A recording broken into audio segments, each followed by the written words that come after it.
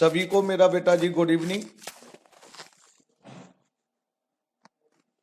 और आपसे यही उम्मीद, आप स्वस्थ होंगे, खुश होंगे और होमवर्क हमारा करके लाए होंगे मेरे बेटा जी।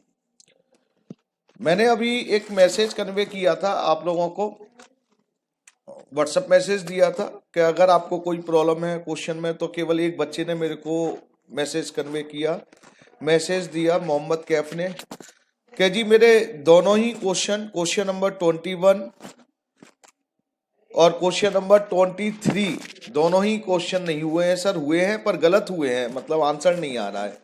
तो मोहम्मद कैफ मेरे को आगे से आंसर भी भेज देना जो भी आपके आए हैं, अब कोई प्रॉब्लम नहीं। तो क्वेश्चन नंबर 21 मैं आपको करके दिखाने की कोशिश कर रहा हूं मेरे बेटा, प्लीज। तो सभी लोग जरा ध्यान से देखेंगे, कल जो मैंने होमवर्क दिया था, होमवर्क में मैंने आपको 2 क्वेश्चन दिए, तो ज्यादा थे लेकिन 2 क्वेश्चनों में प्रॉब्लम आई हुई है। तो सबसे पहला जो क्वेश्चन है क्वेश्चन नंबर 21, उसका थोड़ा सा आंसर में प्रॉब्लम है, मेरे को भी मालूम है। और वो क्वेश्चन देखिए जरा ध्यान से, क्या लिखा हुआ है क्वेश्चन नंबर 21 गुडविल का, गुडविल चैप्टर का। क्वेश्चन नंबर 21 में है the flowing were the profit of a firm for the last 3 year. 3 साल के ये आपको प्रॉफिट दे रखे हैं। और साहब ये जो प्रॉफिट दे रखे हैं मैं आपको यहां लिख दे रहा हूं 17 और 18, 17 और 18 का दे रखा है मेरे बेटा। प्रॉफिट दे रखा है मेरे बेटे जी 50,000, 18 और 19 का दे रखा है। और ये दे रखा है लॉस दे रखा है मेरे बेटा जी 20,000 और 19 एंड 20 का अगेन प्रॉफिट। मोहम्मद कैफ आप जरा समझना है आपको, प्लीज सभी को समझना है मेरे बेटा।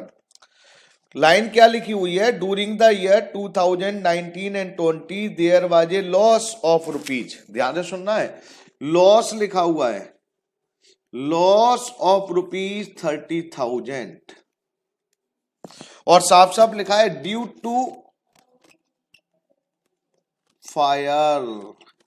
तो आपके दिमाग में तो आ चुका है कि ड्यू टू फायर मतलब ये एबनॉर्मल लॉस है। हाँ जी सर एबनॉर्मल है, हाँ बेटा एबनॉर्मल लॉस है, मैं भी कह रहा हूं। अब आपको तो ये चीज बता रखी है कि एबनॉर्मल लॉस हो तो आप लोग एबनॉर्मल लॉस को क्या कर देंगे प्लस। लेकिन मेरे बेटा इतना भी रटने की कोशिश मत करिए, आप जरा क्वेश्चन को आगे पढ़िए। क्या लिखा है, क्या which was not accountant for the while calculating the profit. लेकिन ये कह रहे हैं ये हमने 30,000 लॉस ऑफ द फायर के हमने प्रॉफिट कैलकुलेट करते वक्त रिकॉर्ड नहीं करे थे। अरे रिकॉर्ड नहीं करे तो हम इसको रिवर्स क्यों करेंगे, जब हमने पहले अपने प्रॉफिट में से माइनस नहीं किया तो हम इसको क्यों रीबैक करेंगे बेटा। तो इसको हम क्या करेंगे, कुछ नहीं करेंगे इसका। तो आपका यही रहेगा मेरे बेटा जी प्रॉफिट। ओके सर, तो बेटा जी बस हो गया, यही पॉइंट था इसमें। अब ये टोटल ये कितना आ गया मेरे बेटा जी, ये आपका टोटल प्रॉफिट हो गया 1 लाख। अब आप एवरेज प्रॉफिट निकाल लीजिए, average profit 1 lakh divided by the 30,000, ये जो निकल कर आएगा मेरे बेटा जी 33,333 लगभग में आ जाएगा बेटा। बस अब गुडविल निकाल लीजिए, बस हो गया question. Goodwill is equal to average profit 33,333 multiply by the number of year purchase, कितने दे रखे हैं 2, तो 6,6,6,6,7 कर दे रहा हूं मैं। तो उसका आंसर गलत है, उसे ठीक कर लीजिएगा मेरे बेटा जी प्लीज। और उम्मीद करता हूं कि आप क्वेश्चन आपको क्लियर हो गया होगा कैफ। हाँ जी मेरे बेटा जी,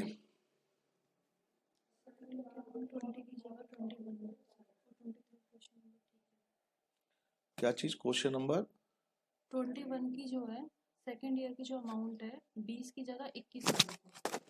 चलो अब कर दिया मैंने जो भी है। हाँ जी मेरे बेटा जी, ये हो गया मेरे बेटा जी क्वेश्चन। ओके मेरे बेटा जी।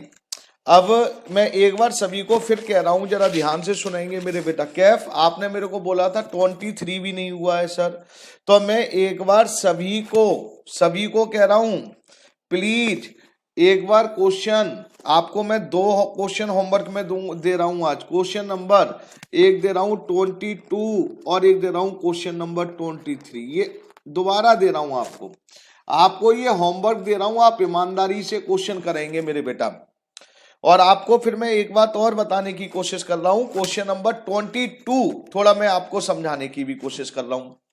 23 एज इट इज है, 22 क्वेश्चन में आप जरा पढ़ के देखिए। Sarda and Mahima were partner in SGTI sharing profit 2:1। They decided to admit Rita as a partner for 1/4 share. Balance sheet on Rita's admission, ये बैलेंस शीट दे रखी है।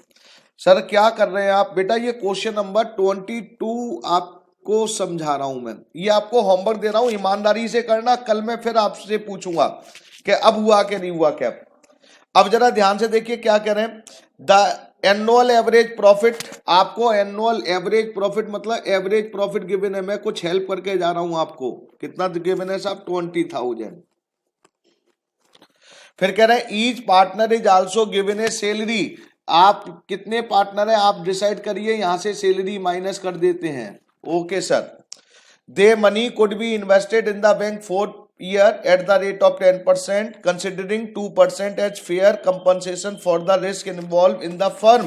सर ये क्या है बेटा, ये रेट ऑफ रिटर्न दे रखा है। रेट ऑफ रिटर्न, अगर कुछ पैसा बैंक में इन्वेस्ट कर दें तो 10% के हिसाब से मिलेगा और एक्स्ट्रा 2% है। फेयर रेट ऑफ रिटर्न है 12%। एक ये भी चीज क्लियर। अब आपको इसमें करना क्या है, compute goodwill of the firm on the basis of 4 year purchase super profit. बेटा केवल कैपिटल एम्प्लॉयड निकालना है। कैपिटल एम्प्लॉयड का फार्मूला मैंने आपको बताया था, total assets minus current liabilities minus non trade investment minus intangible assets minus fictitious assets. दूसरा फिर एक और बताया था आपको याद हो तो, capital plus reserve plus long term loan,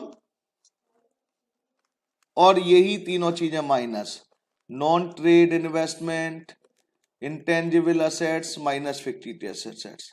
और इसका आंसर ठीक कर लेना मेरे बेटा जी, आंसर लिख रहा हूं सब। इसका आंसर 1600 आएगा, केवल आंसर 1600 आएगा मेरे बेटा। तो सभी से मैं रिक्वेस्ट करूंगा कि क्वेश्चन नंबर 22 और 23 एक बार रिपीट जरूर करें, और इस पर कल फिर मैं डिस्कस करूंगा। तो कैफ एक क्वेश्चन की आपकी प्रॉब्लम मैंने सॉल्ट आउट कर दी है। दूसरा क्वेश्चन जो है बेटा वो आप एक 22 और 23 एक बार और चेक करना। सर थोड़ा 23 में और बता दो। लो बेटा 23 में भी बता दूं। लो सर, बच्चे अगर प्यार से पूछते हैं और देखो मेहनत करते हैं तो अच्छा भी लगता है बताना। ये आपको और हेल्प करके जा रहा हूं सब, क्वेश्चन नंबर 23 में हेल्प कर रहा हूं। लीजिए, आपको यहां पर प्रॉफिट दे रखा है, साफ साफ लिखा है सब 2016 17 प्रॉफिट दे रखा है 50,000। आगे क्या दे रखा है 17 18 प्रॉफिट दे रखा है 1,20,000।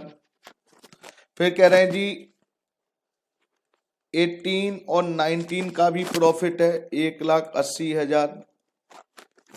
और साफ 2019 और ये 20 ये लॉस दे रखा है मेरे बेटा जी, लॉस।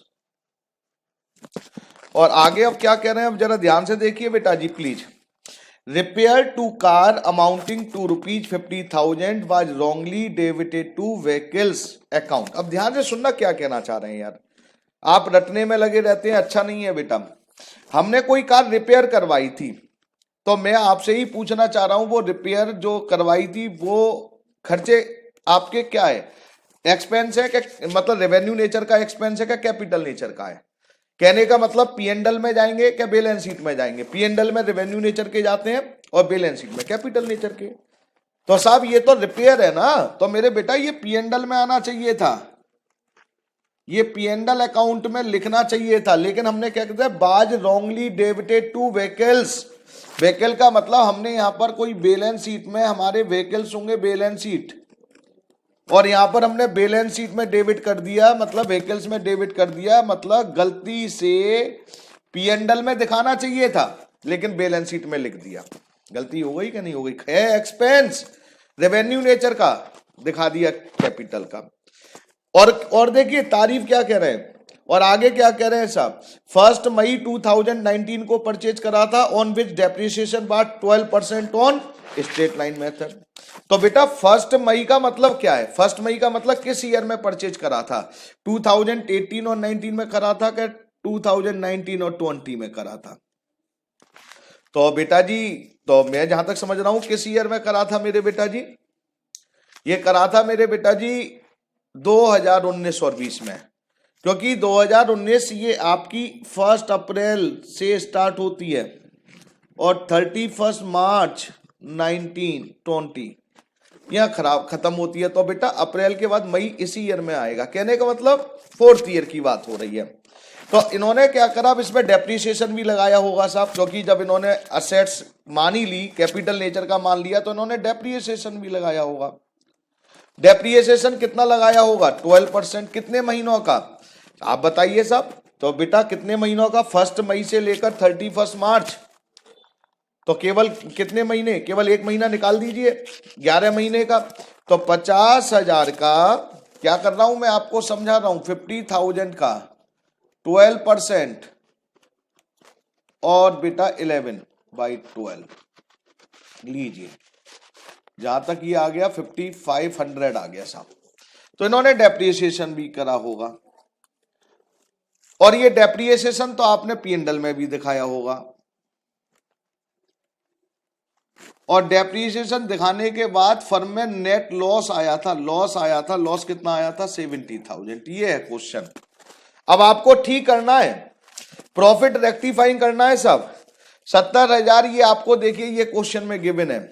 तो पहले अब आप क्या करेंगे बेटा जी, डेप्रिसिएशन जो आपको लगाना ही नहीं चाहिए था, क्योंकि ये व्हीकल्स में नहीं जाएंगे, ये रिपेयर के खर्चे हैं, ये पी&एल में जाना चाहिए था। कहने का मतलब ये आपको पी&एल के डेबिट में आना चाहिए था रिपेयर, तो आपको यहां माइनस करना चाहिए था।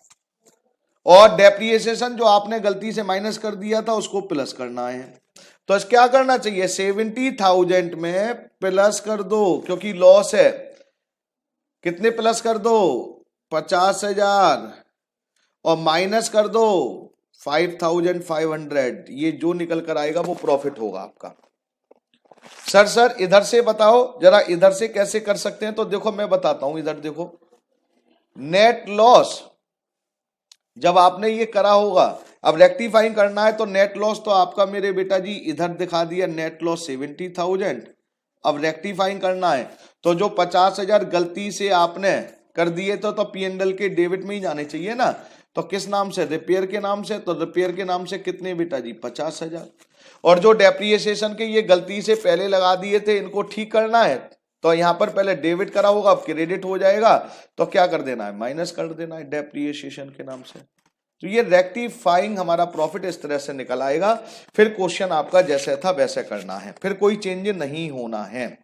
ओके सर, तो एक बार मेरे प्यारे बच्चों क्वेश्चन करके देखेंगे आप सभी लोग, और मैं उम्मीद करूंगा कि ये दोनों क्वेश्चन के आंसर आपके आने चाहिए, और नहीं आए तो कल पहले ये क्वेश्चन करेंगे और फिर आगे बढ़ेंगे। तो होमवर्क में मैंने आपको दिए क्वेश्चन नंबर 22 और 23 लीजिए साहब। तो ये हमारा चैप्टर अब कंप्लीट होता है मेरे बेटा। आपको मैं फिर बता दूं, ये जो आपको बुक करवाई जा रही है मेरे बेटा, ये बुक टी.एस. ग्रेवाल साहब की बुक से बहुत कहीं बेटर है, और इसमें वो क्वेश्चंस हैं जो एग्जाम में आ चुके हैं या आने की संभावना है, या किस पैटर्न के क्वेश्चन आते हैं, तो वो आपको सारी चीजें यहां बताई जाती हैं। तो क्वेश्चन कुछ अजीब भी मिलेंगे, तो क्वेश्चन करते चलिए। तो आज अब हम फिर नेक्स्ट चैप्टर स्टार्ट कर रहे हैं। गुडविल हमारा खत्म हुआ, और ये हमारा बेटा जी पार्टनरशिप यूनिट का चैप्टर नंबर 3,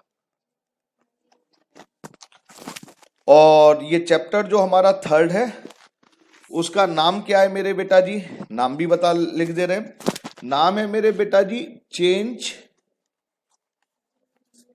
इन प्रॉफिट शेयरिंग रेशियो, और ऑफ एग्जिस्टिंग पार्टनर और आता है ऐसा, of existing partner,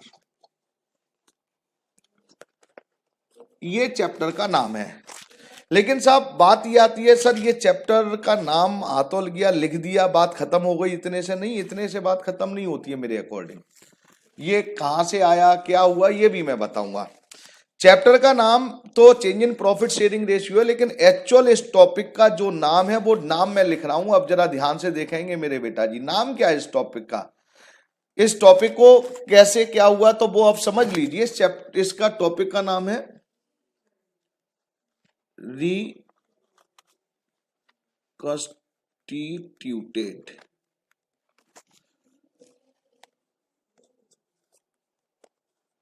of partnership firm, ये है साहब।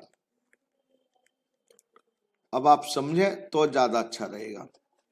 रिकंस्टिट्यूट ऑफ पार्टनरशिप फर्म, लीजिए साहब, यहां से ये चैप्टर स्टार्ट होता है। और कैसे होगा मैं जरा बेसिक समझाऊंगा। बेसिक ये है कि रिकंस्टिट्यूटेड का मतलब क्या है आपकी लैंग्वेज में, मैंने बोला साहब इसका और सिंपल सी लैंग्वेज बोल रहा हूं, रिकंस्ट्रक्शंस। रिकंस्ट्रक्शंस, री का मतलब क्या होता है पुनः, कंस्ट्रक्शंस का मतलब क्या होता है निर्माण करना। जो हमारी असेट्स होती हैं, land building furniture tangible assets, उनको अगर हमें दोबारा बनाना हो तो रिकंस्ट्रक्शन बोल देते हैं। लेकिन अगर कोई चीज जो लॉ के द्वारा बनाई गई है, कानून के द्वारा बनाई गई है, अगर उसको दोबारा प्रिपेयर्ड करना हो, स्टेब्लिश करना हो, तो बेटा उसके लिए रिकंस्टिट्यूट, मतलब कंस्टिट्यूशन वर्ड आता है संविधान के लिए जो लॉ के लिए। तो कंस्ट्रक्शन का मतलब पुनः निर्माण कर रहे हैं। किसका पुनः निर्माण कर रहे हैं साहब, पार्टनरशिप का। बात आती है सर पुनः, तो पहली बार कब हमने निर्माण किया था पार्टनरशिप, हमने पहली बार कब बनाई थी, हाँ पहली बार कब बनाई थी मैं बताता हूं। पहली बार आपने बनाई थी जब आपने एग्रीमेंट बनाया था, जब मेरे और आपके बीच में एक पार्टनर, जब मेरे और आपके बीच में जब पार्टनरशिप फर्म बनी थी, तो याद है हमने क्या करा था, एक पार्टनरशिप एग्रीमेंट बनाया था। एग्रीमेंट जिसको आप लोग क्या बोल रहे थे, डीड बोल रहे थे। हमने एक एग्रीमेंट बनाया था बेटा जी, जिसको आप लोग क्या बोल रहे थे, पार्टनरशिप डीड। ये डीड लो साहब, मैंने डीड ही लिख दिया है। ये डीड हमने बनाई थी जिसमें मेरे और आपके बीच में प्रॉफिट शेयरिंग रेशियो क्या होगा, फर्म का नाम क्या होगा, नेम एंड एड्रेस, और क्या लिखा था साहब हमारा बेटा जी, प्रॉफिट किस रेशियो में बटेगा, प्रॉफिट शेयरिंग रेशियो हो गया। उसके बाद कैपिटल कौन कंट्रीब्यूट करेगा कौन नहीं करेगा, मतलब ये हमने एक एग्रीमेंट बनाया था और इसमें हमने साइन किए थे, आपने भी करे थे और मैंने भी करे थे। याद है, पार्टनरशिप अगर आपको बनानी है तो आपको एक एग्रीमेंट बनाना पड़ेगा, चाहे वो रिटन हो और चाहे ओरल हो। अब जरा ध्यान से सुनिए मेरे बेटा जी प्लीज। जब हमने पहली बार ये एग्रीमेंट बनाया था तो क्या बोला था, हमने लोगों को बोला था हमने एक पार्टनरशिप फर्म बनाई है साहब, हमने एक पार्टनरशिप फर्म बनाई है, जब ये एग्रीमेंट बनाया था। अब इस एग्रीमेंट में अगर कोई कुछ भी चीज चेंज करनी है, चेंज करनी है का मतलब एग्रीमेंट में कोई भी चीज चेंज करनी है। चेंज जैसे सपोज करिए, मैंने एक एग्जांपल ले रहा हूं, प्रॉफिट शेयरिंग रेशियो। पहले मेरे और आपके बीच में रेशियो था 3:2 और अब रेशियो करना है हमने मेरे बेटा जी इक्वल।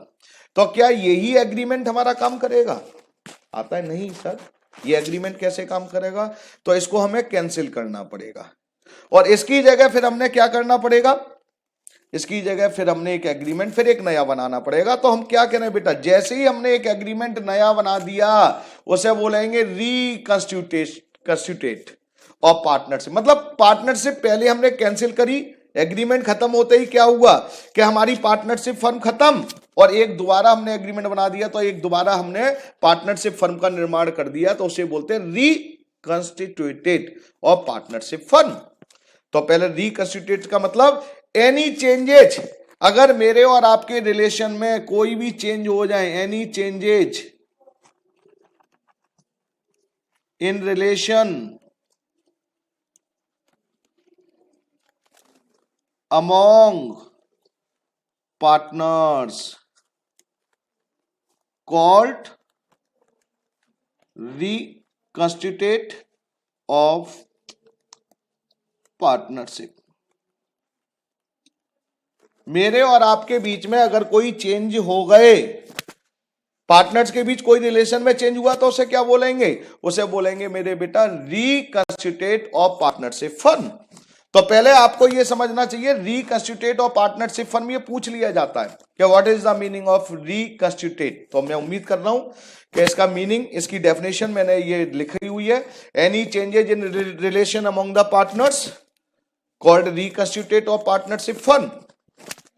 तो अब बात आती है ये रिलेशन कब कब चेंज हो सकते हैं संजय सर?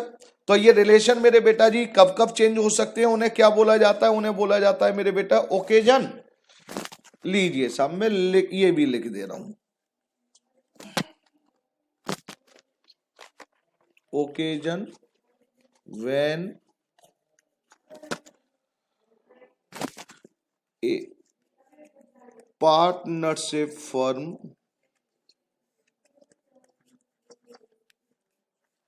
रिकॉन्स्टिट्यूट।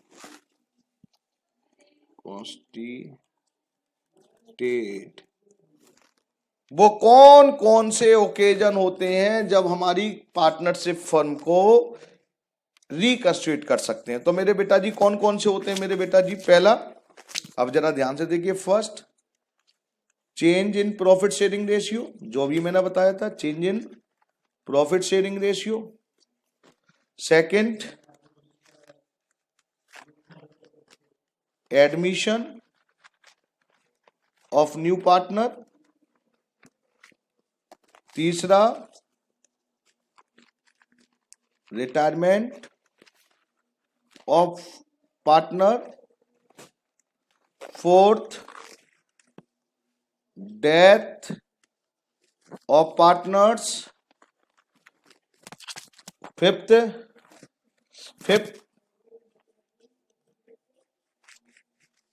अमलगमेशन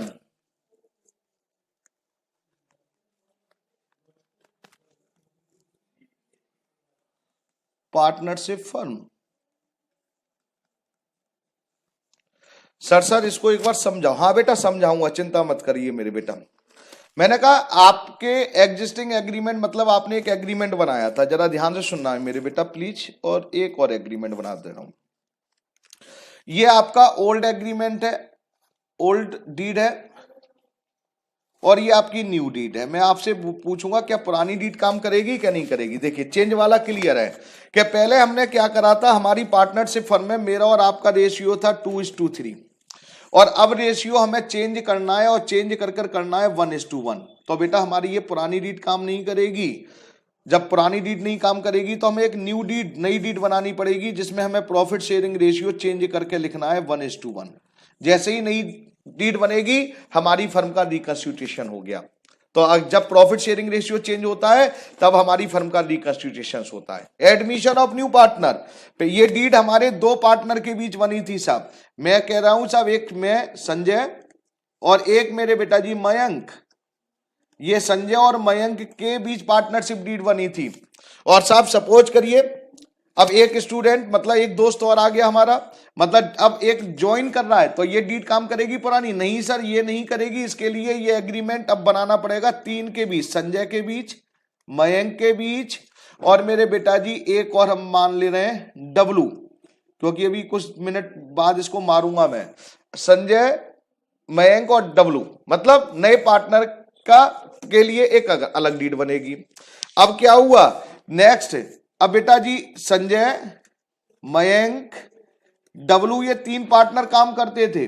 अगर ये डब्लू रिटायर होना चाह रहा है तो क्या होगा? रिटायर होना चाह रहा है तो पहली वाली डीड कितने लोगों के बीच बनी थी? 3 पार्टनर के बीच बनी थी। अब ये रिटायर होना चाह रहा है तो बेटा ये डीड तो खत्म, कैंसिल करनी पड़ेगी। खत्म जैसे ही करी और नई बनाई तो नई बनाने को बोलते हैं रिकंस्टिट्यूशंस। तो अगर कोई डब्ल्यू ये रिटायर होना चाह रहा है या इसकी डेथ हो जाए तब भी हमें नई डीड बनानी पड़ेगी।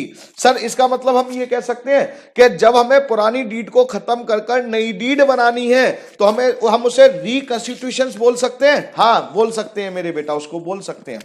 तो यही तो कह रहा हूं बेटा, यही तो समझाना चाह रहा हूं। कब हमारी किसी फर्म का रिकंस्टिट्यूशन होगा?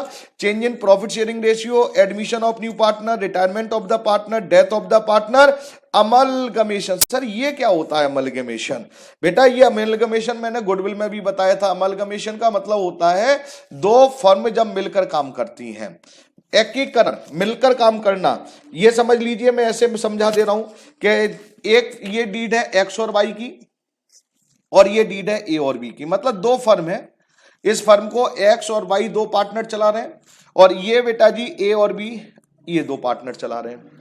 अब ये दोनों फर्म मिलकर, ये चारों लोग मिलकर एक ही बिजनेस कंडक्ट करना चाहते हैं, एक ही बिजनेस में काम करना चाहते हैं। तो क्या ये पुरानी वाली एक्स और वाई की एग्रीमेंट काम कर जाएगा? आंसर आता है नहीं। क्या ए एंड बी का काम कर जाएगा? आंसर आता है नहीं। तो क्या करना पड़ेगा? हमें एक डीड बनानी पड़ेगी और ये डीड हमारी जो बनेगी वो चारों के लिए होगी, एक्स के लिए भी, वाई के लिए भी, ए के लिए भी एंड बी के लिए भी। और जब हमारी ये पुरानी वाली खत्म हो गई और एक नई बना दी तो हमारी फर्म का रिकंस्टिट्यूशन हो गया। और जब रिकंस्टिट्यूशन हो गया तो कब रिकंस्टिट्यूशन हुआ? जब फर्म अमलगमेट हुई। जब दो फर्म मिलकर अमलगमेशन करती हैं, मिलकर काम करती हैं, तब भी हमारी फर्म का रिकंस्टिट्यूशन होता है। तो मैं उम्मीद करता हूं ये कौन कौन से पॉइंट हैं ये मैंने बिल्कुल क्लियर करने किए हैं। अब मेरे बेटा अब प्रॉब्लम क्या आती है वो भी समझ ले रहे हैं थोड़ा सा। आपके यहाँ यही चैप्टर बना दी गई, ये change in profit sharing ratio है ना, ये तीसरा चैप्टर है। एडमिशन जो चैप्टर है मेरे जो है ये चौथा चैप्टर है। रिटायरमेंट और डेथ मेरे बेटा जी ये आपके यहाँ फिफ्थ चैप्टर है। अमलगमेशन आपके यहाँ है नहीं।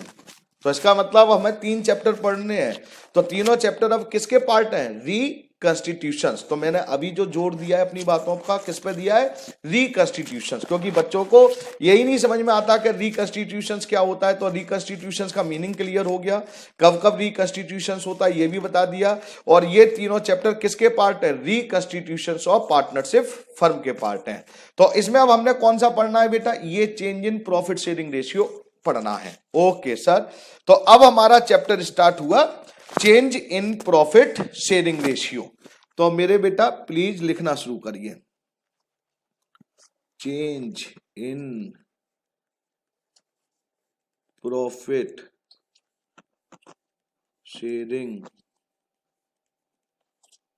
रेशियो। लीजिए मेरे बेटे, change in profit sharing ratio. अब बात आती है जब पार्टनर के बीच प्रॉफिट शेयरिंग रेशियो चेंज होता है तो कुछ प्रॉब्लम तो आती होंगी मेरे बेटा जी।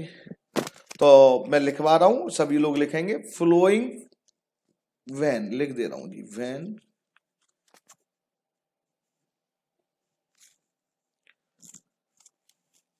Existing partner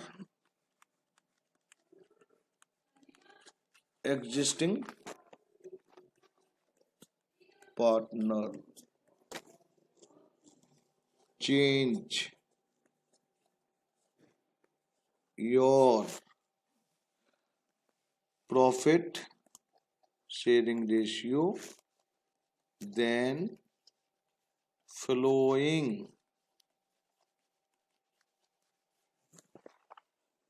problems are arises। निम्नलिखित प्रॉब्लम्स एराइज होती हैं। ओके सर, पहली, फर्स्ट, कैलकुलेशन ऑफ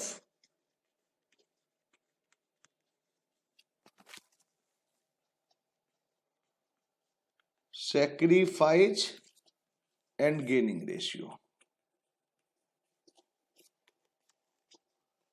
अब प्रॉफिट शेयरिंग रेशियो चेंज होगा तो किसको फायदा हुआ, किसको नुकसान हुआ, ये भी तो निकालना है। तो calculation of sacrifice and gaining ratio. उसके बाद मेरे बेटा जी ट्रीटमेंट ऑफ गुडविल, इस चैप्टर में जो हमने पढ़ने हैं वो लिख रहा हूं मैं, कौन कौन से टॉपिक पढ़ने हैं। ट्रीटमेंट ऑफ गुडविल, और seed treatment of reserves, profit and losses, and D revaluation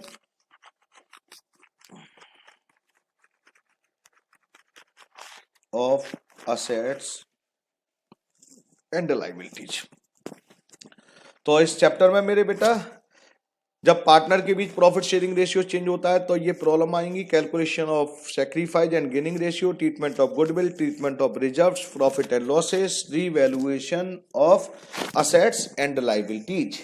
तो ये हमने टॉपिक पढ़ने हैं और यही टॉपिक फिर हमने एडमिशन में पढ़ेंगे, मतलब सभी चैप्टरों में पढ़ने हैं। तो बेस इसी चैप्टर में, तो अच्छी तरह से आप समझिए तो ज्यादा अच्छा रहेगा, क्योंकि आने वाले चैप्टरों का बेस यही चैप्टर है मेरे बेटा।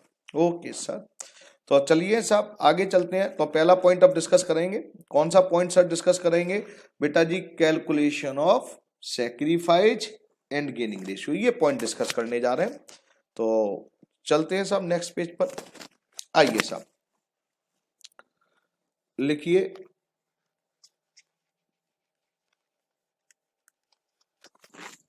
Calculation of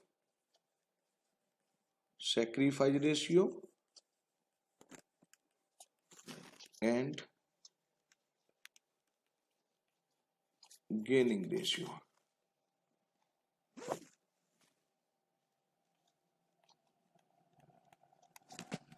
calculation of sacrifice and gaining, ये थोड़ा सा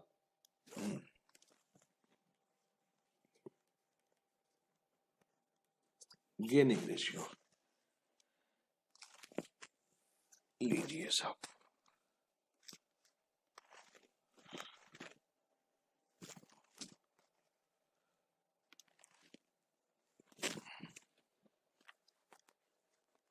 सैक्रिफाइस रेशियो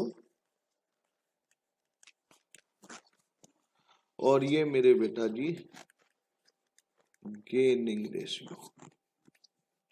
अब सभी लोग जरा ध्यान से सुनना है, क्या मैं समझाने की कोशिश कर रहा हूं। बेटा सैक्रिफाइस और गेनिंग रेशियो पहले एक प्रैक्टिकली समझ लीजिए, फिर मैं 2 मिनट प्रैक्टिकली समझकर फिर 2 मिनट में इसको कॉन्सेप्ट क्लियर कर दे रहा हूं बहुत शॉर्टकट तरीके से। आप ऐसे मान लीजिए जैसे मैंने कहा 2 पार्टनर थे एक्स और वाई, और इसको हम 60 पैसे देते थे, इसको 40। मतलब अगर मैं ये कहूं 100 रुपए अगर हम प्रॉफिट अर्न करते हैं तो इसको 60 रुपए मिलते थे, ये रुपीज, और इसको 40। मैं रुपीज में ले रहा हूं, मतलब ये इनका ओल्ड रेशियो था। अब कुछ दिनों बाद इन्होंने आपस में डिसाइड किया एक्स और वाई ने कि जी अब हम दोनों इक्वल लेंगे, मतलब 100 रुपए अगर अर्न करते हैं तो 50 रुपए इसको मिलेंगे और 50 रुपए इससे मिलेंगे। दोनों एग्रीड क्या ठीक है साहब। तो पहले ओल्ड रेशियो क्या था? पहले एक्स को 60 रुपए मिल रहे थे, इसको 40 मिल रहे थे। नए में फिर क्या डिसीजन लिया कि एक्स को 50 मिलेंगे, वाई को भी 50 मिलेंगे। तो हमें क्या निकालना है? हमें ये निकालना है किसको इसमें इस चेंज में किसको फायदा हुआ या किसको नुकसान हुआ। फायदा वाले को गेनिंग रेशियो बोल देते हैं और जिसको नुकसान हुआ उसे सैक्रिफाइस बोल देते हैं। अब जरा ध्यान से देखिए कैसे निकाला, प्रैक्टिकली है सब कुछ। 60 रुपए में से अगर 50 रुपए माइनस करें तो पॉजिटिव 10 रुपए बच गए। पहले इसे 60 मिलते थे, अब इसको कितने मिलेंगे? 50। तो 10 रुपए का नुकसान कर लिया, तो इसे बोलते हैं सैक्रिफाइस। इसने सैक्रिफाइस किया। अब सैक्रिफाइस अगर रेशियो अगर निकालना है तो इसी फार्मूले से क्या निकाल सकते हैं कि ओल्ड में से न्यू माइनस कर दीजिए, old ratio minus new ratio. हो गया साहब, और क्या लोगे साहब? और अगर मैं ये कहूं कि साहब बाई का देखना, बाई को पहले कितने मिलते थे? 40, अब कितने मिलेंगे? 50। तो पॉजिटिव फिगर लाने के लिए 50 में से 40 माइनस करने पड़ेंगे। क्या 40 में से 50? नहीं सर, 50 में से 40। तो बेटा ये उल्टा चल रहा है कि 10 रुपए का इसको गेन हुआ तो ये गेनिंग रेशियो बोल देते हैं। और गेनिंग रेशियो कैसे निकाला? पॉजिटिव फिगर कैसे निकली? New ratio minus old ratio. अगर 60 में से 50 माइनस करा तो ओल्ड में से न्यू माइनस करा, और 50 में से 40 करा तो बेटा जी न्यू माइनस ओल्ड करा। तो कहने का मतलब यही फार्मूले बना दिए गए, और बच्चे समझते हैं पता नहीं ये फार्मूले आ कहां से गए। तो मेरे बेटा आपको अब ये याद रखना है कि जब भी अब आपसे पूछा जाए कि सैक्रिफाई रेशियो क्या है, तो सैक्रिफाई रेशियो का फार्मूला क्या लिखेंगे, old ratio minus new ratio, बस। और गेनिंग रेशियो का फार्मूला क्या लिखेंगे साहब, गेनिंग रेशियो का फार्मूला लिखेंगे, रिवर्स कर दीजिए, new ratio minus old ratio. लो मेरे प्यारे बच्चों, अब इसमें भी आपको क्लियर कर दूं मैं, अगर ये old ratio minus new ratio कर कर पॉजिटिव फिगर है तभी सैक्रिफाइज होगी, और अगर सपोज करिए ये नेगेटिव फिगर निकल आई तो मेरे बेटा नेगेटिव तो रिप्रेजेंट किसको करेगी, गेनिंग को करेगी। ऐसे ही गेनिंग रेशियो का अगर फार्मूला निकाल रहे हैं और पॉजिटिव फिगर निकल कर आई तो पॉजिटिव मतलब गेनिंग ही होगी, और नेगेटिव फिगर निकल कर आई तो सैक्रिफाइज। कहने का मतलब जिसका आप फार्मूला लगा रहे हैं, सैक्रिफाइज रेशियो का फार्मूला लगा रहे हैं ओल्ड रेशियो माइनस न्यू, और अगर is equal to positive figure है तो सैक्रिफाइज रेशियो ही होगा, और अगर नेगेटिव फिगर है तो मेरे बेटा जी गेनिंग रेशियो। तो एक लीजिए,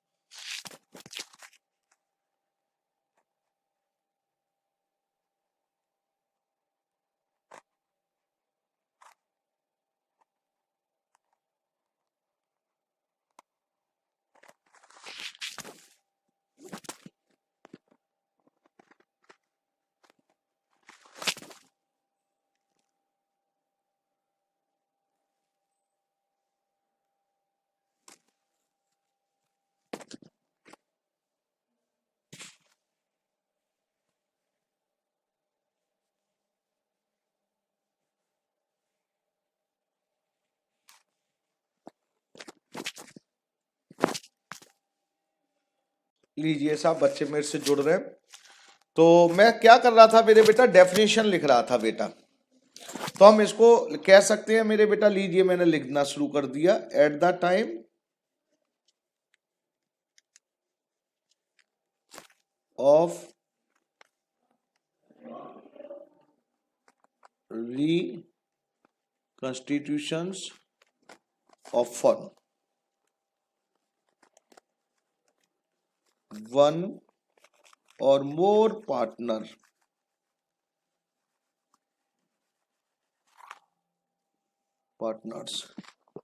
sacrifice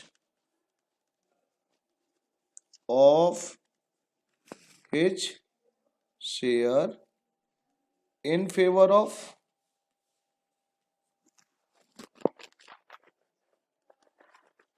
other partner. तो such sacrifice share called sacrifice ratio। लीजिए साहब, ये मैंने डेफिनेशन लिख रहा हूं मेरे बेटा जी। अब ऐसे ही डेफिनेशन यहां पर हम क्या लिखेंगे मेरे बेटा जी, गेनिंग में तो पहले वर्ड यूज वो ही करिए, एट द टाइम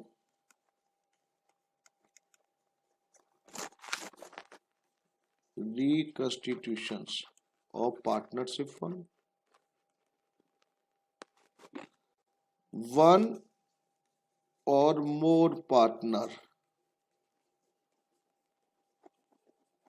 गेन करते हैं ना, some portion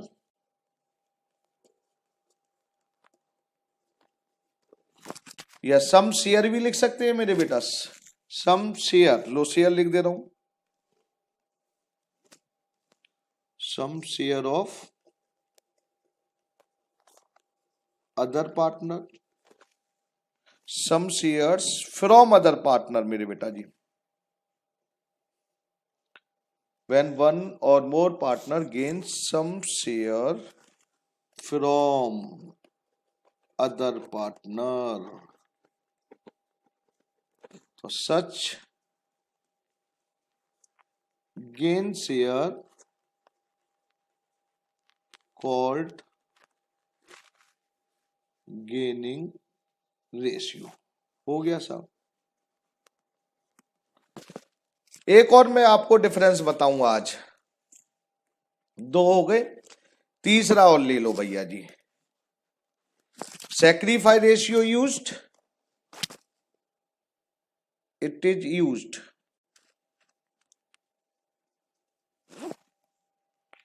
in treatment of goodwill at the time of admission, or it is used in treatment of goodwill,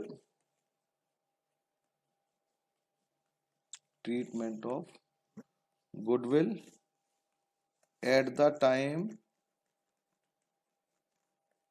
of retirement of partner.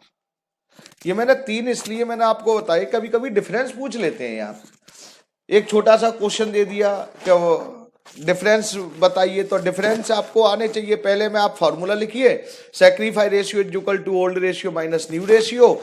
दूसरे में मेरे बेटा डेफिनेशन लिखिए। तीसरे में सैक्रिफाइस रेशियो का यूज कहां होता है मोस्टली, तो बेटा ट्रीटमेंट ऑफ गुडविल में होता है एडमिशन की। और गेनिंग रेशियो का यूज कहां होता है, ट्रीटमेंट ऑफ गुडविल में होता है सब at the time of retirement. तो इसलिए मैंने कहा आज लिखवा ही देता हूं। तो ये मेरे बेटा जी सैक्रिफाइस और गेनिंग रेशियो मैंने बता दिया। अब ये कैसे कैलकुलेट करते हैं वो भी थोड़ा देख ले रहे हैं साहब, क्वेश्चनों की तरफ बढ़ जा रहे हैं। एक दो क्वेश्चन भी है हमारे इससे रिलेटेड, सिंपल सा टॉपिक है। वैसे तो सभी बच्चों को मेरे सभी बच्चों को आता है, लेकिन जब टॉपिक सिखाया ही जा रहा है, रिवीजन करवाया ही जा रहा है, तो क्यों ना अच्छी तरह से करवाया जाए मेरे बेटा। क्वेश्चन नंबर फर्स्ट जरा ध्यान से देखिए सब, अपनी अपने बुक को। सबसे पहले लिखा है कि क्वेश्चन में पी एंड क्यू दो पार्टनर हैं और उनका रेशियो दे रखा है मेरे बेटा जी 7:3। तो ये क्या दे रखा है, ओल्ड रेशियो दे रखा है, ओल्ड शेयर दे रखा है। और कह रहे हैं when with effect from 1 January 2019 they agree to share profit, मतलब इनका न्यू रेशियो इन्होंने दे रखा है, चेंज हो गया जी। और ये चेंज हुआ जी 1:2 के। कब चेंज हुआ, क्यों चेंज हुआ, अरे हमें क्या मतलब यार, हमें अपने काम से मतलब है ना। उन्होंने अब बच्चा पूछे ऐसा क्यों चेंज करा, अरे मेरे को क्या मालूम कब चेंज किया। नहीं डेट दे रखी है, डेट दे रखी है तो ठीक है, नहीं है तो हमें कोई मतलब नहीं है, हमें तो कैलकुलेशन करनी है यार। फिर लिखा calculate which partner gain and which sacrifice. अब किसने सैक्रिफाइस करा, किसने गेन करा, हाँ ये हमारे काम की बात है। तो आप क्या करें इन दोनों में, अब ऐसे तो नहीं पता चल रहा, जैसे इसमें तो मैंने दिखा आपको जब कैलकुलेशन करवाई थी। अच्छा ये हटा दिया मैंने एग्जांपल कि 50 रुपए मिलते थे अब 40 मिलेंगे, तो देखकर ऐसा मत करना 7 में से 1 माइनस करा तो 6, 3 में से 2, अरे ऐसे थोड़ी होगा भाई, इनको अब समझना है। 7:3 इसका टोटल हुआ 10, 1:3 इसका टोटल हुआ मेरे बेटा जी 3। तो इसका मतलब क्या है, इसका शेयर है 7/10 और इसका है मेरे बेटा जी 3/10। न्यू रेशियो पी का है 1/3 और इसका है 2/3। तो ये मैंने लिख के दिखाया है क्योंकि पहला क्वेश्चन है ना इसलिए। तो अब आप क्या करें बेटा, कोई फार्मूला लगा लीजिए जो आपको अच्छा लगता हो। सर कोई मतलब, मैंने कहा बेटा कोई का मतलब है या तो सैक्रिफाइस रेशियो का लगाइए या गेनिंग रेशियो का। सैक्रिफाइस रेशियो का क्या फार्मूला होता है, old ratio minus new ratio, ये फार्मूला होता है। अगर अब ये फॉर्मूला लगाने के बाद पॉजिटिव फिगर निकलती है तो मैं कहूंगा एस फॉर सैक्रिफाइस। और अगर ये बेटा इक्वल टू करके नेगेटिव फिगर निकलती है तो क्या कहूंगा, उसने गेन करा। तो ये निकालना है, तो सैक्रिफाइस रेशियो का फॉर्मूला लगाया ओल्ड माइनस न्यू। तो बेटा पहले निकाला पी का ओल्ड P का था 7/10 और P का न्यू रेशियो कितना हो गया 1/3। अब एलसीएम लेना है, मैथमेटिक्स है 30, तो 10 3 जा 30, 3 मल्टीप्लाई बाय द 7 21 और ये -10। पॉजिटिव फिगर निकल आई साहब 11/30। इसका मतलब इसने सेक्रीफाइस कर दिया।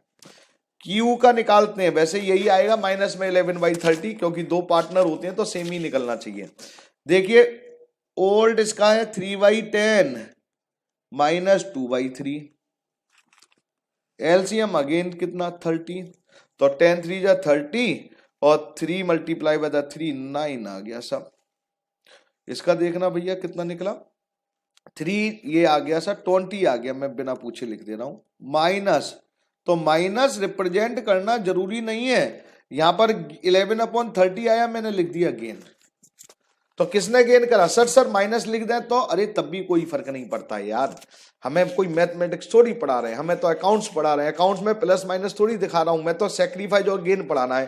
तो आप माइनस लगा दें तब भी नहीं, और लगा ना लिखें तो ना लगाए तो ज्यादा अच्छा बेटर है, क्योंकि रिप्रेजेंट हमें सेक्रीफाइस और गेनिंग रेशियो बताना है ना।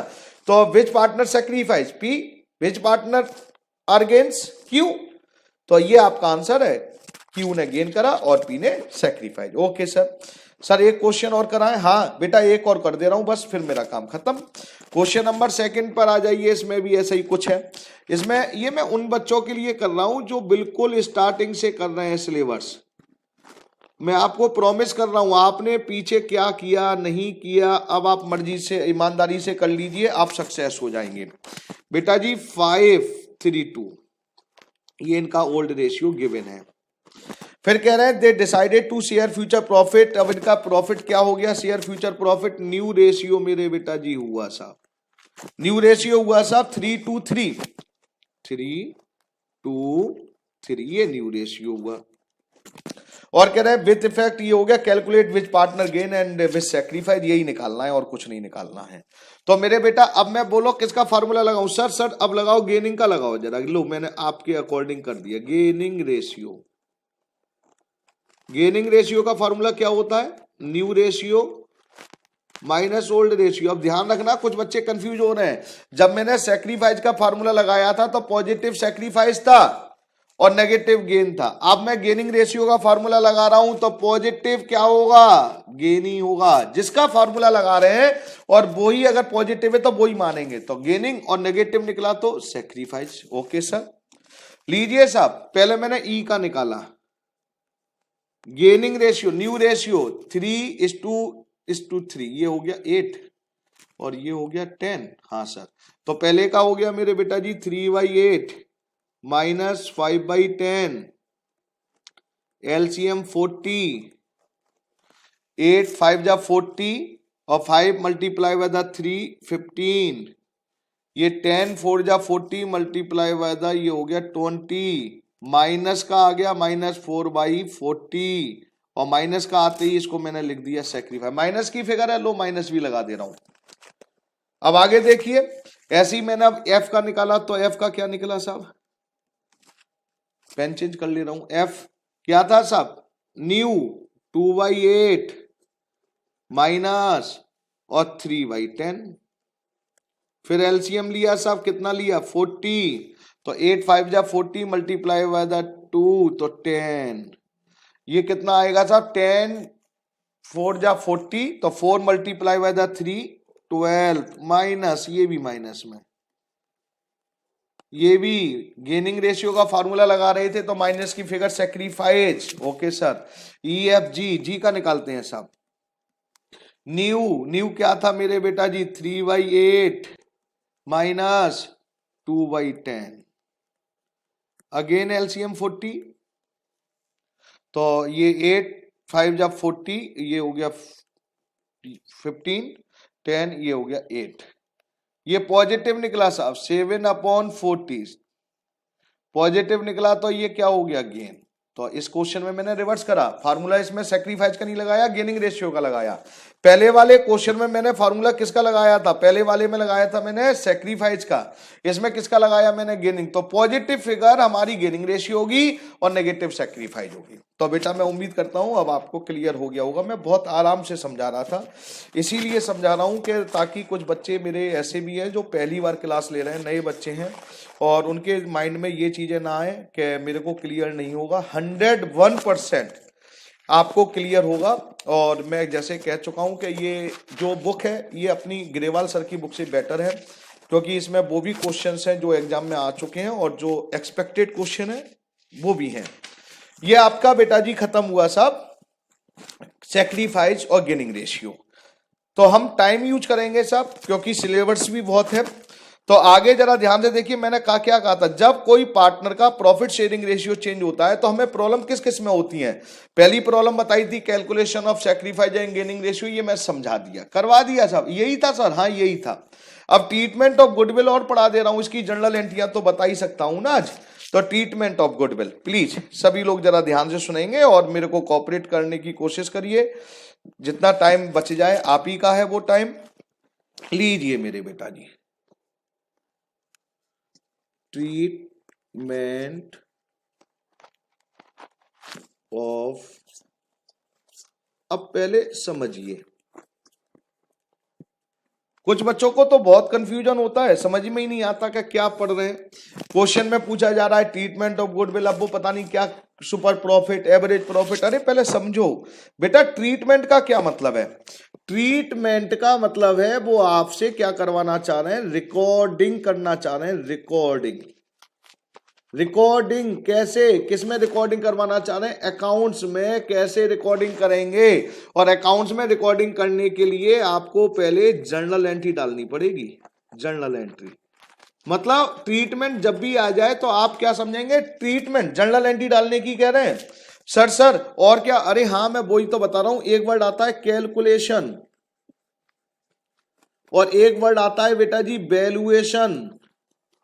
ये कैलकुलेशन और वैल्यूएशन ऑफ गुडविल आ जाए तो कैलकुलेशन और वैल्यूएशन का मतलब मैथमेटिक्स पोर्शन है साहब।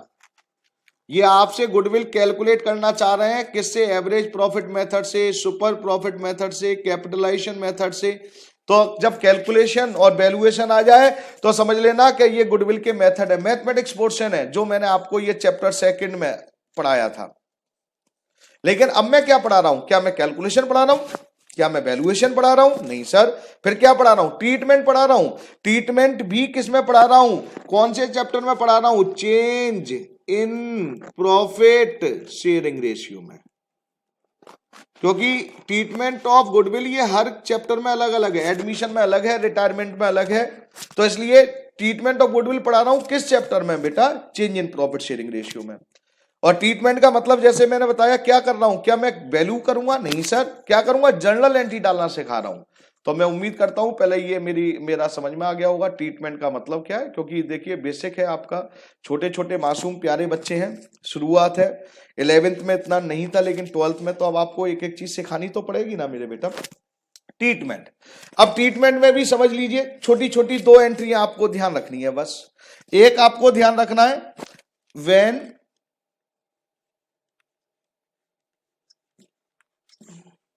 गुडविल appeared, ये आपको क्वेश्चन में गिवन होगी। व्हेन गुडविल appeared, बात आती है संजय सर गुडविल appeared का क्या मतलब है। ये हमने पहले भी बहुत बार पढ़ चुका है, लेकिन ये नहीं समझ में आ रहा कि appeared का क्या मीनिंग होता है। बेटा मैं समझा दे रहा हूं ना, क्यों टेंशन ले रहे हो। appeared का मतलब क्या है वो आप समझ लीजिए। अब आप यहां पर समझाएंगे तो मैं आपको समझा सकता हूं, सही बता रहा हूं। ये बैलेंस शीट होती है और बैलेंस शीट में गुडविल यहां पर सपोज करिए 20,000 दिखा दी, तो गुडविल ये किस साइड में, असेट्स। तो बात ये आती है कि क्वेश्चन में गुडविल अगर 20,000 बैलेंस शीट में शो कर रहे हैं, दिखा रहे हैं, तो इसे बोलते हैं मेरे बेटा goodwill appeared. Appeared word use होता है। अब जरा ध्यान से सुनेंगे, अब यहां पर कुछ बेसिक सिखा रहा हूं। ये नहीं एंट्री याद रख ली बात खत्म हो गई। हमारा ये क्वेश्चन में ये गुडविल अगर दे रखा है तो एक हमारा अकाउंटिंग स्टैंडर्ड है, अकाउंटिंग स्टैंडर्ड 26। इंटेंजिबल एसेट्स से रिलेटेड है, पूरा उसमें इंटेंजिबल एसेट्स बता रखा है। क्या गुडविल कहते हैं जी, अकाउंटिंग स्टैंडर्ड 26 कहता है कि अगर कोई गुडविल हमारी बुक में है तो कह रहे हैं हम दिखा ही नहीं सकते यार, अगर दिखा दी तो ये गलत कर दिया इन्होंने। तो अकाउंटिंग स्टैंडर्ड 26 क्या कहता है, क्या गुडविल को हम अपने शो नहीं कर सकते, गुडविल बैलेंस शीट में नहीं आ सकती, ये अकाउंटिंग स्टैंडर्ड 26 कहता है। फिर एक बच्चा को पूछता है, मतलब बच्चा क्या पूछता है, क्वेश्चन ही पूछ लेता है, अच्छा सर कोई ऐसी चीज है जो, ऐसी कोई गुडविल है जो बैलेंस शीट में आ सकती है? हाँ मैं बताता हूं आ सकती है बेटा। गुडविल दो तरह की होती है, एक होती है सेल्फ जनरेटेड गुडविल, मैंने आपको बताया था, और एक होती है मेरे बेटा जी परचेज गुडविल। तो हमारा अकाउंटिंग स्टैंडर्ड 26 क्या कहता है, कि ये कहता है सेल्फ जनरेटेड गुडविल हम अपनी बुक में नहीं दिखाएंगे। फिर कौन सी दिखाएंगे? परचेज गुडविल को हम अपनी बैलेंस शीट में दिखा सकते हैं, परचेज गुडविल को दिखा सकते हैं, सेल्फ जनरेटेड को नहीं दिखा सकते हैं, क्योंकि परचेज गुडविल में हमने कुछ पैसा दिया था, मॉनेटरी ट्रांजैक्शंस हो गई थी, पैसे का लेन देन हो गया था, किसी से गुडविल खरीदी थी हमने। जब हम कोई चीज परचेज कर रहे हैं तो वो तो असेट्स की तरह ट्रीट हो गई ना। फिर बिल्डिंग खरीदी तो बिल्डिंग खरीदने के लिए क्या पैसे नहीं दिए थे? हाँ दिए थे। तो परचेज गुडविल का क्या मतलब है, मैंने किसी दूसरी फर्म से गुडविल खरीदी थी, तो बेटा गुडविल असेट्स है ना, तो हमने इसको असेट्स की तरह ट्रीट करेंगे, फिर हम रिकॉर्ड करेंगे। तो ये हमारे किस में लिखा हुआ है? अकाउंटिंग स्टैंडर्ड 26 में ही लिखा है। गुडविल रिकॉर्ड नहीं करेंगे। कौन सी गुडविल रिकॉर्ड नहीं करेंगे? सेल्फ जनरेटेड वाली। कौन सी गुडविल रिकॉर्ड करेंगे? परचेज गुडविल रिकॉर्ड करेंगे। ये हमारे अकाउंटिंग स्टैंडर्ड 26 में लिखा है। अब बैलेंस, ये हमारे पार्टनरशिप में क्या होता है, जो गुडविल जो अपीयर्ड है, ये कौन सी गुडविल होती है? ये सेल्फ जनरेटेड गुडविल होती है। अब गुडविल अपीयर्ड है तो हमारा रूल क्या कहता है, कैसे शो नहीं करेंगे, तो ऐसे हमें राइट ऑफ करना होता है। अब राइट ऑफ करने के लिए असेट्स है साहब, असेट्स का बैलेंस क्या होता है? डेबिट, और डेबिट को अगर खत्म करना है, राइट ऑफ करना है, तो क्रेडिट कर दो। तो एंट्री हमारी क्या हो जाएगी मेरे बेटा जी? गुडविल क्रेडिट हो जाएगी। गुडविल क्रेडिट, और गुडविल किसने कमाई थी साहब? पार्टनर ने कमाई थी। तो हम यहां लिख देते हैं old partners capital account, old profit sharing ratio. जब भी गुडविल अपीयर्ड होगी तो आपको याद रखना है, यही एंट्री डालनी है, गुडविल अपीयर्ड, राइट ऑफ कर दो, और राइट ऑफ होने का मतलब खत्म करना है, डेबिट आइटम को खत्म करना है क्रेडिट कर दो, क्रेडिट को खत्म करना है डेबिट कर दो। लो साहब, किस वैल्यू से संजय सर? अरे जो गुडविल वैल्यू है, बुक वैल्यू, बुक वैल्यू का मतलब 20,000 दे रखी है तो 20,000, 30,000 दे रखी है तो 30,000। अच्छा सर, तो ये गुडविल अपीयर्ड हो गई। एक और आती है साहब, व्हेन गुडविल वैल्यूड। अब देखो वैल्यूड लिखा है, कह रहे हैं वैल्यूड वाली, वैल्यूड का मतलब जो हमने कैलकुलेशन करी थी, ये आपको एडजस्टमेंट में गिवन होगी आगे चलकर। भाई गुडविल अपीयर्ड का मतलब पहले से चली आ रही थी, कितनी गुडविल है हमारी, वो गुडविल अपीयर्ड है। व्हेन गुडविल वैल्यूड मतलब आज जब हमने चेंज करा है रेशियो, तो आज कितनी गुडविल है हमारी, हमने वैल्यूड कर ली। अब अगर आपको क्वेश्चन में गुडविल वैल्यूड दे रखी है तो आपको एंट्री क्या डालनी है? बस मैं एंट्री डाल दे रहा हूं। और एंट्री क्या होती है मेरे बेटा जी? एंट्री होती है मेरे बेटा जी gaining partners capital account debit to sacrifice partner capital account. और किस रेशियो में सब? बीइंग, यही सैक्रिफाइस रेशियो में डलती है, सैक्रिफाइस रेशियो। अब एक बच्चे ने मेरे से लास्ट टाइम एक क्वेश्चन पूछा था जब मैं ये टॉपिक पढ़ा रहा था, सर ये गेनिंग पार्टनर डेबिट ही क्यों करते हैं?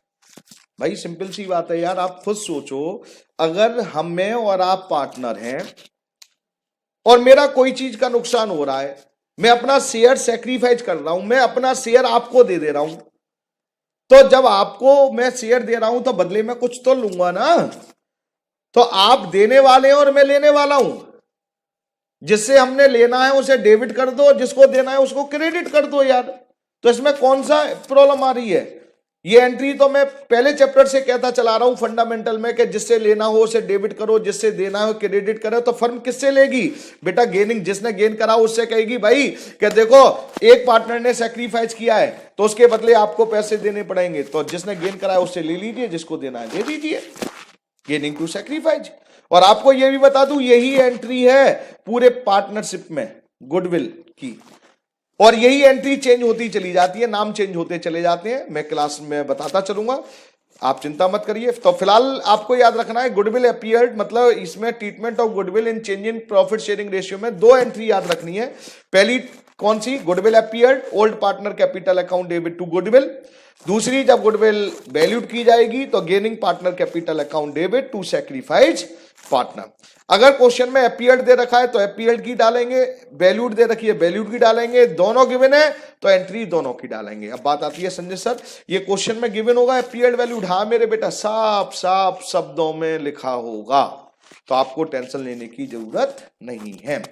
तो मेरे प्यारे बच्चों, ये मेरा एक छोटा सा टॉपिक था। अब मैं आपको क्वेश्चन, पहले तो मैंने होमवर्क में 2 क्वेश्चन गुडविल के दिए थे चैप्टर 2 के, और मैं आपको 2 क्वेश्चन इसके दे के जा रहा हूं। आपसे ये नहीं कह रहा हूं कि करने हैं, आप कर सकते हैं तो कर लीजिए, मैं तो करवाऊंगा ही करवाऊंगा। तो क्वेश्चन नंबर एक छोटा सा मैंने लिखा 4th, और एक क्वेश्चन नंबर 6 लीजिए साहब, 2 क्वेश्चन। तो उम्मीद ये करूंगा कि आप ये 4 क्वेश्चन ट्राई करके लाएंगे। पिछले चैप्टर के कौन से क्वेश्चन थे? 22 और 23, और चेंज इन प्रॉफिट के कौन से? Question number 4 and question number 6। तो मेरे प्यारे बच्चों, थैंक यू, धन्यवाद आपको। और अगर आपको कोई डाउट है, कोई प्रॉब्लम है, तो आप मेरे से, मेरे बेटा जी, पूछ सकते हैं, और फिर हम आगे करेंगे। एक बच्चे ने अभी मेरे को मैसेज करा है, सर गुडविल वाले चैप्टर का क्वेश्चन नंबर 11 करवा दो। बेटा, एक बच्चे का मैसेज आया है मेरे पास, 11 क्वेश्चन करवा दो। अच्छा, जरा एक क्वेश्चन मैं करवा देता हूं साहब। जो बच्चे जरा रुकना चाहें मेरे साथ तो रुक जाइए, और जो बच्चे जाना चाहें तो चले जाइए। क्या करूं साहब, बच्चे की डिमांड है तो मेरे को तो रुकना पड़ेगा। एक बच्चे ने करा था क्वेश्चन नंबर 11 मेरे बेटा जी, प्लीज। क्वेश्चन नंबर 11 में क्या था बेटा? The capital of a firm with a partner Anu and Manu. ये capital of the firm 1 lakh, ठीक है, and the rate of interest 15%, annual salary of partners each. बेटा याद रखना, पार्टनर की सैलरी 6000 ईच का मतलब है दोनों की। Profit for the last 3 year, ये 3 साल के प्रॉफिट है। Goodwill is value 2 year purchase last year calculate, ठीक है। लो साहब, बेटा ध्यान से सुनिए, मैं कर रहा हूं बेटा जी। जिस बच्चे ने मेरे से पूछा था, सबसे पहले एवरेज प्रॉफिट निकालते हैं। एवरेज प्रॉफिट 3 साल का निकाला, तो बेटा इस क्वेश्चन में पहले साल का प्रॉफिट है 30,000, फिर है 36,000, फिर है बेटा जी 42,000। ये बेटा एवरेज प्रॉफिट जब निकाला तो 1,08,000 ये टोटल आया। डिवाइड बाय कर दीजिए 3, डिवाइड करा 3 से, तो मेरे बेटा ये आ गया 36,000। फिर मैंने बोला था अगर आपको पार्टनर के एक्सपेंस दे रखे हो तो इसी में से माइनस करते हैं मेरे बेटा। तो आपका एक्चुअल एवरेज प्रॉफिट अब मैं निकाल रहा हूं। Actual average profit, average profit कितना आया था? 36,000, माइनस कर दे रहा हूं साहब 6,000 ईच। कितने पार्टनर थे? अनु और मनु, 2 पार्टनर थे सब। तो एक पार्टनर को अगर हम सैलरी देते हैं 6,000, तो 2 को कितनी हो गई? 12। तो मेरे बेटा इसमें से कितने माइनस करोगे बेटे? 12,000 सर। तो एवरेज एक्चुअल प्रॉफिट आ गया आपका 24,000। Okay sir. फिर क्या है साहब? अब आपको निकालना है नॉर्मल प्रॉफिट। नॉर्मल प्रॉफिट का क्या फार्मूला था साहब? Capital employed multiply by the rate upon 100। Capital employed की जब बात करी तो कैपिटल तो दे रखी है बेटा जी, कैपिटल दे रखी है, और यहाँ रिजर्व है नहीं है, कोई लोन है नहीं, तो कैपिटल यही कैपिटल एम्प्लॉयड 1 लाख मान लिया जाएगा। और रेट ऑफ रिटर्न कितना दे रखा है साहब? 15%। इसका मतलब ये कितना आ गया मेरे बेटा जी? 15,000। Okay sir. अब नेक्स्ट स्टेप क्या है? Super profit. एवरेज प्रॉफिट कितना था मेरे बेटा जी? 24,000 माइनस 15,000, और ये बेटा जी आ गया 9,000। और उसके बाद goodwill, goodwill is equal to super profit 9,000, number of year purchase कितना है? 2। तो ये मेरे बेटा जी 2 से मल्टीप्लाई, ये आंसर। तो जिस बच्चे ने मेरे से क्वेश्चन पूछा था उसको मैं उम्मीद करूंगा ये समझ में आ गया होगा। और कोई अगर किसी को कोई डाउट है तो मेरे को इसी तरह आप मैसेज करते चलिए। ये देखिए कितना कोऑपरेट करते हैं आप मेरे को, कि मैंने ये एक नालायक बच्चे की वजह से प्रॉब्लम है और कुछ नहीं है मेरे बेटा। कि तो हम इसमें भी खुश है साहब। उसको देखिए वो बच्चा दुखी वो करता है और वो अपने में खुश रहता है, तो हम उससे ज्यादा खुशी है। अपनी क्लास बड़ी ईमानदारी से हो रही है। तो मेरे बेटे ये क्वेश्चन हो गया, जिस बच्चे ने पूछा तो थैंक यू उस बच्चे को कि उसने पूछा मेरे से और मैं रिप्लाई दे रहा हूं उसका। और अभी भी क्लियर ना हो तो मैसेज कर सकते हैं, होमवर्क दे चुका हूं। तो मेरे बेटे गुड नाइट, बाय, अपना ध्यान रखेंगे आप लोग, कल हम होमवर्क के साथ मिलेंगे। Thank you.